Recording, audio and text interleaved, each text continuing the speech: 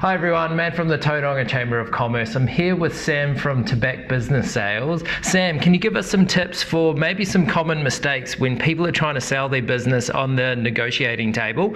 What are the common mistakes? Well, probably the first one, Matt, is when you're selling your business, it actually takes time and effort. And a really important thing is you have to keep your business running. So tip number one is do not take your foot off the pedal. You need to keep on putting runs on the board in terms of income coming in, business up and running, maintaining staff, suppliers, all that type of stuff. You need to keep the business running, which is hard to do whilst you're selling as well. The probably second one is not understanding the value of the business, and again, that's where brokers and your advisors come in, is to give you advice around value, where value sits in the market. Another one, which is common because you've invested a lot of time and effort in your business over time, is not getting too emotional in the sale. It is a business transaction. You've got a goal, the other party's got a goal, and it's about understanding each other and actually getting a deal struck.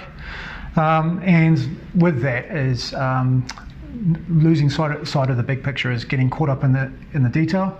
Detail is quite important, obviously, but also the big picture is that you want to sell, you want to get the most money, you want to get the best terms, and so you need to keep your goal in sight.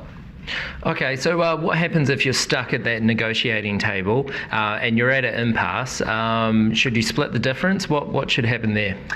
That's a classic, the old split the difference. It is an option and can be used generally when you're closer together in terms of perhaps value, in terms of money that you're wanting to part with. But there's better things to do. There are quite a number of terms that you can negotiate on. And so it's really about understanding your goals and understanding the other party. Like classic 101 negotiation type stuff is really understanding what you want, understanding what they want, and how you can actually get a meeting in minds. So splitting the difference is one of those things that you can do, but there's plenty of other things that you can do. And again, that's the time to draw on the experience of your broker. So Sam, what's some of the pitfalls if people choose to broker their own deal? If you are going to do it yourself, some of the pitfalls that we've seen is that people don't appreciate the time and effort involved in actually getting ready to go to market, putting together all of the information, and setting aside the time that it is going to take for you to deal with the inquiry, to go through the process and that type of thing. The other one is the inexperience of negotiating the deal. So a business sale is something that not everybody does all the time. You might do it once, twice, 3 times, perhaps in a lifetime. We do it every day, all day. That's our job. That's what we do. So you may leave money on the table, and you may not get the best terms.